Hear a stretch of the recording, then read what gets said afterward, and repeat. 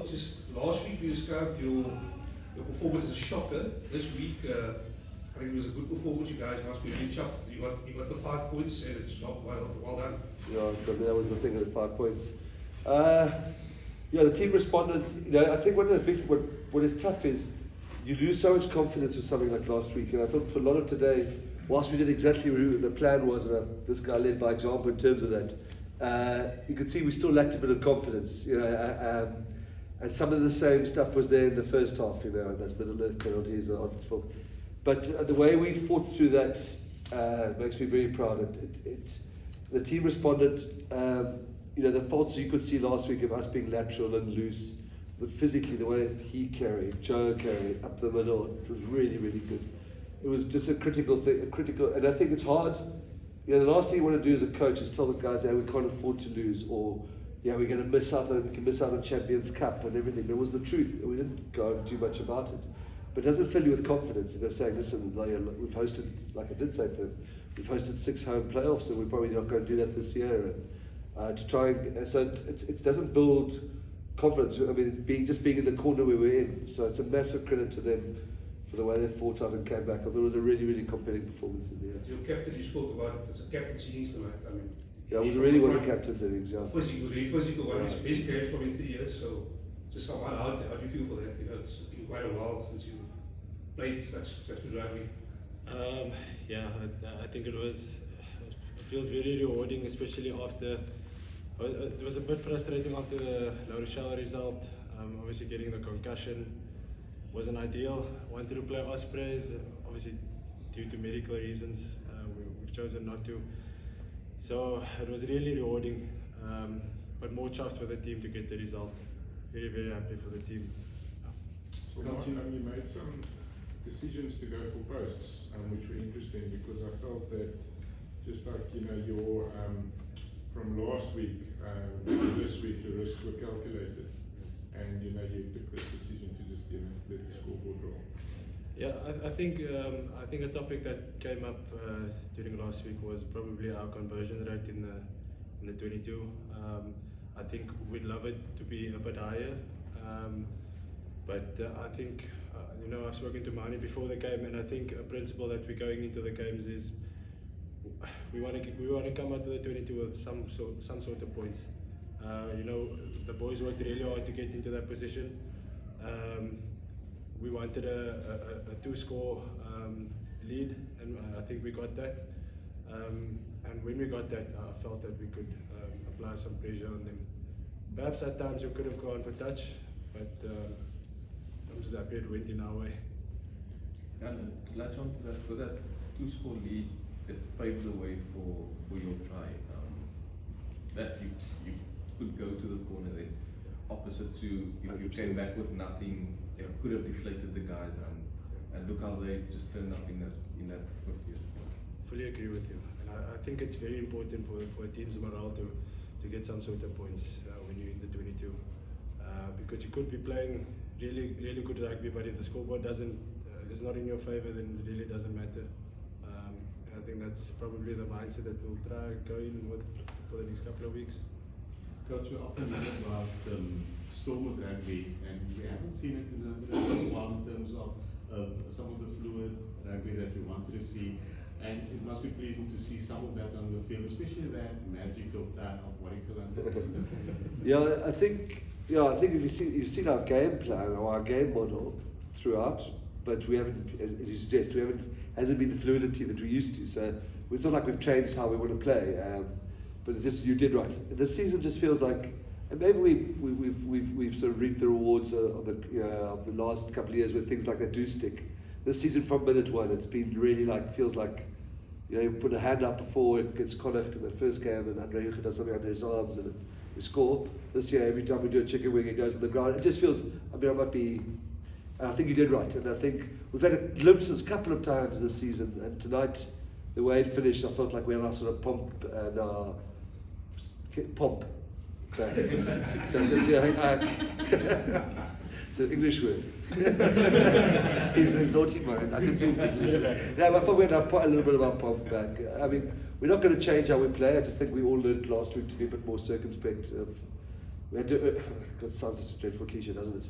Earn the rights, but we have to go and carry. And that's what I thought him, Joe, those carriers, everyone were exceptional tonight, And that opens up the spaces for those guys. And sometime last week I just felt we were trying to get into it a bit too early, and then it goes wrong. Yeah, we're talking about earning the right. Up front, the platform was laid there. Neerklim got man of the match tonight. That's because Shimmy is super sport. Look, I thought, listen, it was. To get those scrum penalties, I actually thought we actually dropped off a little bit with it. But I mean, it kept in the first half massive pressure, and the whole pack responded. Because last week I think we felt that we got the hit, but we didn't get the sort of whole unit. And today we got it. It was exceptional. And, so it's amazing to sit there and think, 54 minutes, should we put Francois Herbert, the world's best tight end, on, that was brilliant. But I just want to say that I thought Damien Willemse produced one of the, it's incredible performance tonight, like one of the best I've seen. And it's just remarkable, a guy who's, he's assured of his Springbok position. He's comfortable, and this game, you can just see how much it means to him. And that's what I like about probably the performance tonight. These guys are invested. Moon, Dan, Dub, those guys. But I thought Damien, that game's won. He runs in to make that steal. Jason Jenkins coming 100 k's now, sticks in the steal, gets the steal in a minute 78, whatever it is. I'm probably going to wrong by a couple of minutes. In a game that's won, I thought he was really brilliant here. Gabriel, where was it a bit more? I mean, you expected to beat this Leinster team, right? I mean, this is like a lot. So does that add to the pressure going into the game? Because not only do you need to win it for the log and everything else as well before, but now everyone looks at that team sheet from Leinster and goes, well, we should beat these guys. I think it may have been the pressure felt like more like last week, where there was everything to like playing. You guys know soccer, I don't, but he's a good team. Manchester City playing Portsmouth at home, everything to lose and not much to gain. Last week, this week, I think we felt genuine pressure because we know before South African teams entered the URC, they used to the best team in the Celtic League was Leinster, and the second team was Leinster B, and there's still a lot of international coaches, international caps up there, Ronak, Latour, Rikatai, the whole lot. And I just felt that because of our pressure, and they were playing today for a home, trying to stay in the home final fight. So we actually didn't feel, I don't think we had the expectation of winning this game, especially after last week. We were low on confidence. So it just felt like a pressure game for us. Not that we thought we'd run it over. Just a question on the coaching staff. I spotted Lee Dooney. He's lineouts. No, we've had it's been a hell of a nice experience. He's been with us the whole week. He's obviously was the Proteas batting coach or the white ball batting coach. But I invited him to come along, and he's actually been with us the whole week. A class actor. Wow. He was trying to learn from us how rugby does things, but we've learned a lot from him. Very impressive individual. But he's just showing your ideas, brilliant, really impressive. So just going on a tour now, the message from captain and coach now going on a tour, how different is the message from to avoid what happened previous tour? Yeah, look, the previous tour was start of the season. Go to Glasgow, no, it's going to be a tough one, and then you have the disappointments, but it wasn't, we knew we'd come home and catch up and that sort of thing. Ospreys knocked us properly, so we're now in a must-win situation. Before the Ospreys, we thought, okay, maybe Galway we don't get, but we'll get Ospreys, we'll get Dragons, and we could. But the devastation of Ospreys was, we could have finished that night 2 points behind the Bulls, playing for a home playoff, and that's pretty much unrecoverable. So now it's a must-win tour. We never had that sort of feeling before, and I think our level of desperation, also touring with our Springboks, we took a sort of pretty, you were still out, it was I wouldn't say that it was our top team, but we rotated, we gave everybody 2 games, so this will be a different mindset, full metal jacket every week to try and win every game. We have to be better in those conditions, but I think we've made improvement. That's the one thing area I do think we've made improvements this season around the contestables. I mean, we won the contestable game tonight against admittedly Leinster, what you want to call them, but we won the contestable game well, so I was pleased about that.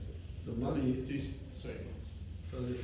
you were injured, I think, during that tour, and you guys were not as successful. But apparently, you paid your own way there to support the guys. Is that true? And what did you take to learn from, and what can you guys do better? I think we must address the elephant in the room. You know, we haven't been great on tour, and I think the team realizes that. I don't think so much our approach is that different compared to our home games. I just think that I don't really know what it could be on the road with us, but I think, like Dobbo said, we're really excited about this challenge. We know this is a must-win tour. In that respect, we've never had anything like that before, so it's going to be really nice to see how that goes. And we've got our Springboks. You know, previously we haven't toured with them, so that really helps to have some calm heads on tour. Sometimes you do get ahead of yourself, but it's going to be really interesting. Gavin? Dobbo, you speak about going over the season, but at this time of the year, it's like comparing the November tour to now isn't really comparing apples to apples. You're going there. I think Norman said it during the week that you're almost better off maybe going there. The type of game compared to last week. Tonight's weather was okay, but compared to last week, where it was felt like it could have been a Swansea. Yeah. You've got that, and sorry, just to expand on that question. There's a good chance, obviously, you're going to have to play away in the sort of final series. That could also, it's also going to be somewhere over there then, obviously. It's big difference. Yeah, on that tour we lost to Glasgow 20 points to 9 when we had 2 yellow cards at the same time. Every other thing was one score, and you're right, the weather was atrocious. Last time we were in Galway, were we in Galway last time? It snowed at captain's practice, which is off-putting for us. The snow was coming like this. So it's a big thing, artificial thing in spring. It's a big change for us. I think it was one of my frustrations of the scheduling over the last while. 7 o'clock in Cape Town, okay, it's great not to play it in December for those spectators to sit on the east stand because it's really tough there. But to be 7 o'clock here, the tonight was better, but it felt last week, Toby Booth said, it was welcome to Swansea. Yeah. The final last year, 7 o'clock in June, against a field that was absolutely finished. It was like playing at Thurman Park, other than the crowd, So that is reason for optimism for us, because both those Dragons have got an Odessa field, semi-field, and Galway's now artificial. So in that good weather, it should help us a lot. Well, guys, last questions, please. Ayanda? Mike's got it. Oh, it's not me. Yeah, it's Brian. I remember last season you were sitting there saying kids will come back and Brokos will be playing. And how much if you have him? How much? How much if you have him from the national point of view? Massive. It's massive just for who? Kitsy? Yeah, we would have been in trouble now. We flew Leon Lyons to the Greek quiz a couple of weeks.